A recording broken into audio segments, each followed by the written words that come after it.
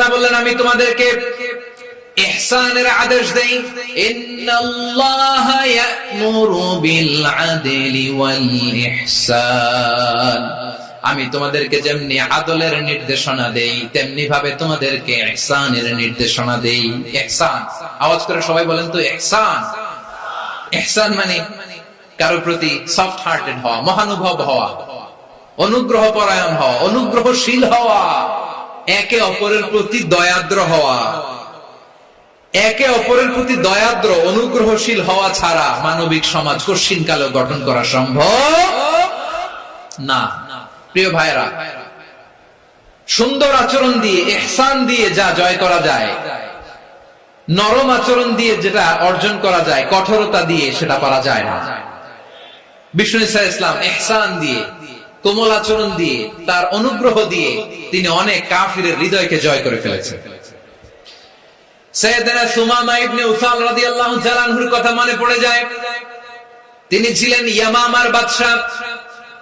মদিনাতে বিশ্বনবীকে হত্যা করার নিয়তে এসেছিলেন, গোপনে গোপনে বিশ্বনবীকে হত্যা করে আবার ইয়ামামাতে তিনি ফিরে যাবেন। কিন্তু কি অবাক করা কাণ্ড, হত্যা করতে পারে নাই, সাহাবাদের হাতে তিনি ধরা পড়ে গেলেন। সাইয়েদনা সুমামা ইবনে উসাল রাদিয়াল্লাহু তাআলা আনহু হত্যার নিয়তে আসলেন, কিন্তু হত্যা করতে পারলেন না। সাহাবারা ওনাকে ধরে ফেললেন, ধরে মসজিদে নববীর পিলারের মধ্যে বেঁধে রাখলেন। সুমামা ইবনে উসাল, সিরাত থেকে শুনে, সিরাত থেকে শোনাচ্ছি, রাদিয়াল্লাহু তাআলা আনহু ইয়ামামার অধিপতি ছিলেন। বিশ্বনবীকে হত্যার জন্য আসছেন, ধরা পড়ে গেছেন, এখন মসজিদে নববীতে বেঁধে রাখছেন, তার মানে বন্দী। তো এখন স্ট্যাটাস কি? বন্দী, ক্যাপ্টিভ। বিষ্ণু ঈসা ইসলাম সাহাবাদেরকে বললেন তার খোঁজ খবর নিও, সুমামা ইবনে উসালের খোঁজ খবর নিও। সাহাবারা বলেন ইয়া রাসূলুল্লাহ, আপনাকে হত্যা করতে এসেছে, তার তো কঠিন ক্যাপিটাল পানিশমেন্ট হওয়া দরকার, কঠিন শাস্তি হওয়া দরকার। বিশ্বনবী বললেন না, আমি যেটা জানি তোমরা সেটা জানো না, তোমরা সুমামার সাথে ভালো আচরণ করো। বিশ্বনবী সুমামার কাছে গেলেন। প্রথম দিন যে তিনি কালেমার দাওয়াত দিলেন, ইমানের দাওয়াত দিলেন, ইসলামের দাওয়াত দিলেন, রিসালাতের দাওয়াত দিলেন, আখিরাতের দাওয়াত দিলেন। পরের দিন যে বিশ্বনবী সালাতের দাওয়াত দিলেন, যাকাতের দাওয়াত দিলেন, ইসলাম কি, কিভাবে, কেমন করে পালন করতে হয় চমৎকার আর্টিকুলেট করতে শুরু করলেন। তন্ময় হয়ে সুমামা ইবনে উসাল রাদিয়াল্লাহু তাআলা আনহু বিশ্বনবীর কথাগুলো শুনতে আরম্ভ করলো। একদিন নয়, দুই দিন নয়, টানা 3 দিন বিশ্বনবী সুমামার কাছে ইসলামকে প্রেজেন্ট করেছেন, উপস্থাপন করেছেন। আওয়াজ করে বলেন কয় দিন? 3 দিন। 3 দিন মসজিদে নববীতে বাঁধা। আর সাহাবীদেরকে বললেন তার খোঁজ খবর নিও, তোমরা যে রুটি বানাও এর মধ্যে সবচেয়ে ভালো আটার রুটিটা তারে দিও, সবচেয়ে রিফাইন্ড খেজুর, যেটা পিওর খেজুর, এটা তারে দিও। আর বিশ্বনবী নিজের উট থেকে দুধ দহন করে ওনার বাড়ির এক কর্মচারীকে বলেছেন দুধ দহন করে সুমামার জন্য নিয়ে যেতে। সুবহানাল্লাহ পড়বেন না? সবাই তো অবাক, ইয়ামামা থেকে আসছে নবীকে হত্যা করতে, বিশ্বনবী দেখে তারে জামাই আদর করে। একদিন নয়, 2 দিন নয়, টানা 3 দিন বিশ্বনবী এভাবে সুমামার কাছে যে ইসলামকে প্রেজেন্ট করতে আরম্ভ করলেন, ইসলামকে উপস্থাপন করতে শুরু করলেন। আর তাকে চমৎকার এন্টারটেইনমেন্ট, আপ্যায়ন দিতে আরম্ভ করলেন। টানা 3 দিন যখন ইসলামের দ্য বিউটিজ অফ ইসলাম, ইসলামের সুমহান বাণী, সৌন্দর্য তার কাছে উপস্থাপন শেষ, তাকে আপ্যায়ন শেষ, বিশ্বনবী বললেন সাহাবাদেরকে যাও এবার সুমামার হাতের পায়ের রশি দুটো খুলে দাও। সাহাবারা তর্ক জুড়ে দিলেন, লা ইয়া রাসূলুল্লাহ, এমনটা করবেন না তো, ভয়ঙ্কর ভয়ঙ্কর খুনি, কি জানি কি হয়ে যায়। বিশ্বনবী বললেন না, তার হাতে পায়ের রশিগুলো খুলে দাও।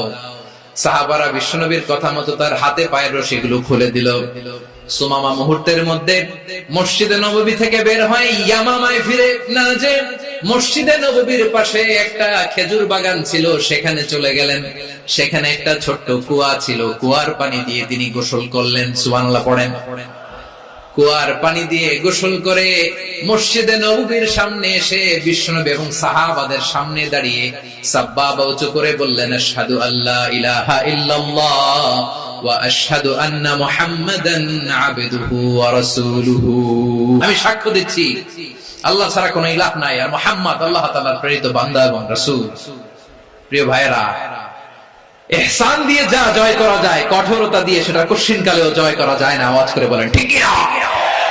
এবার সুমামা দাঁড়িয়ে বলে, ওগো নবী, আমি তো কালিমা পড়ে মুসলমান হয়ে গেলাম, এবার শোনেন, এই মুহূর্তের আগে আপনার চেহারার চাইতে নিকৃষ্ট কোন চেহারা আমার কাছে ছিল না, কিন্তু শাহাদা পাঠ করার পরে আপনার চেহারার চাইতে উত্তম শ্রেষ্ঠ কোন চেহারা আমার কাছে আর নাই।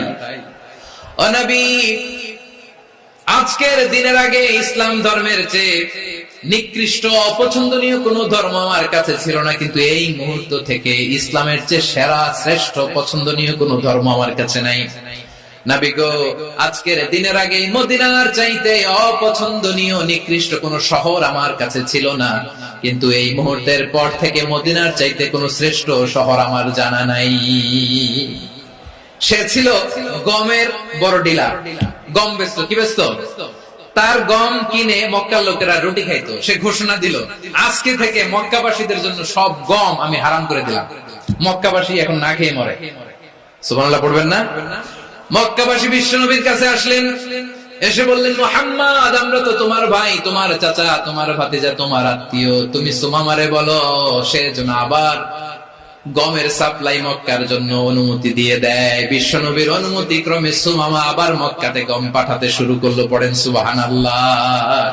ইহসান, ইহসান দিয়ে আপনি যেটা জয় করতে পারবেন, you can win the heart of your enemies.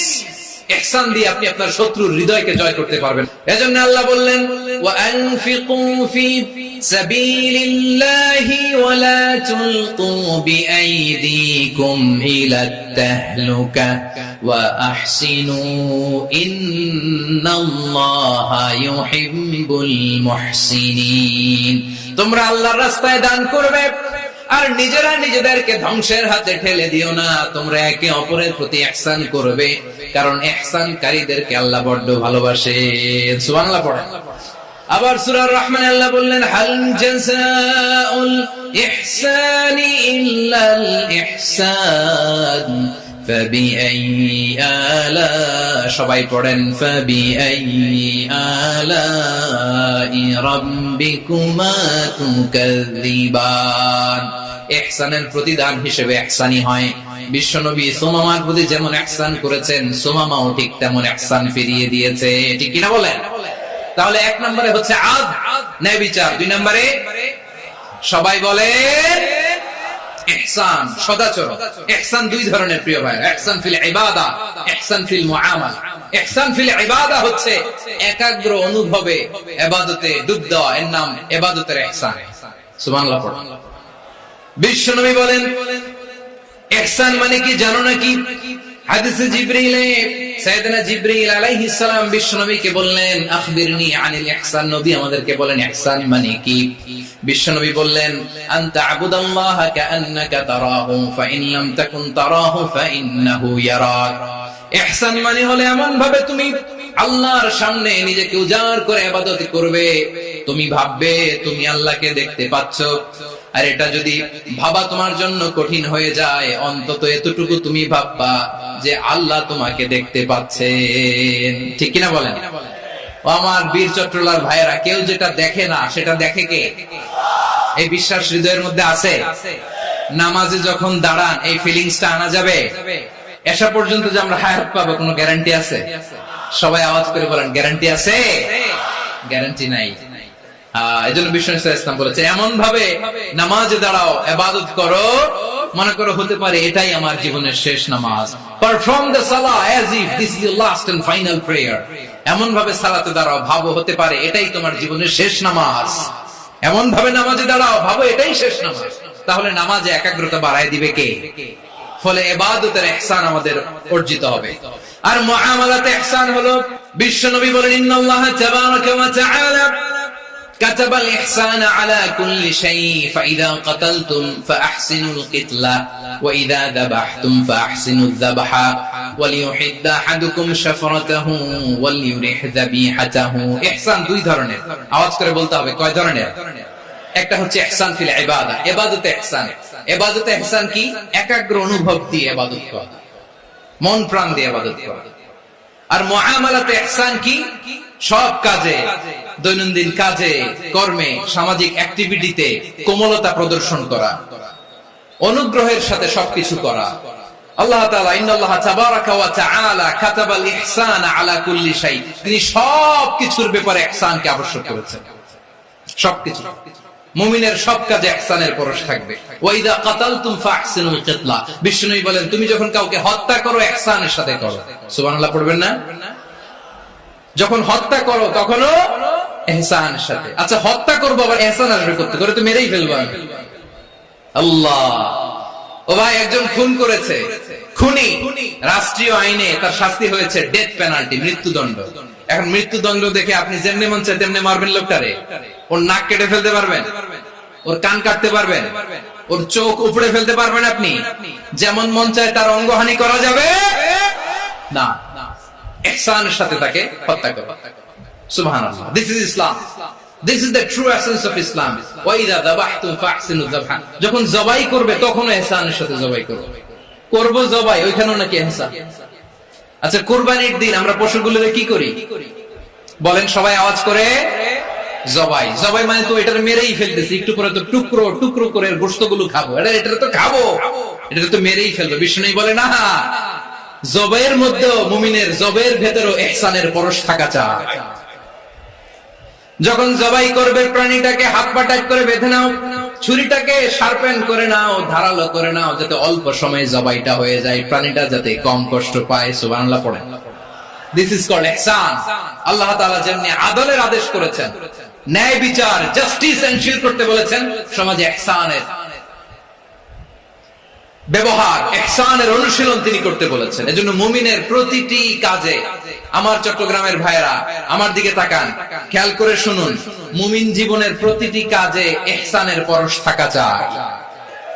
আমরা যেন আমাদের পরিবারের প্রতি ইহসান করি, আমরা যেন আমাদের কর্মচারীদের প্রতি ইহসান করি, আমরা যেন আমাদের কলিগদের প্রতি ইহসান করি, আমরা যেন আমাদের ভাইদের প্রতি ইহসান করি। মুমিন জীবনের প্রতি কাজে ইহসানের পরশ থাকার দরকার আছে না নাই? কথা বুঝতে পেরেছেন?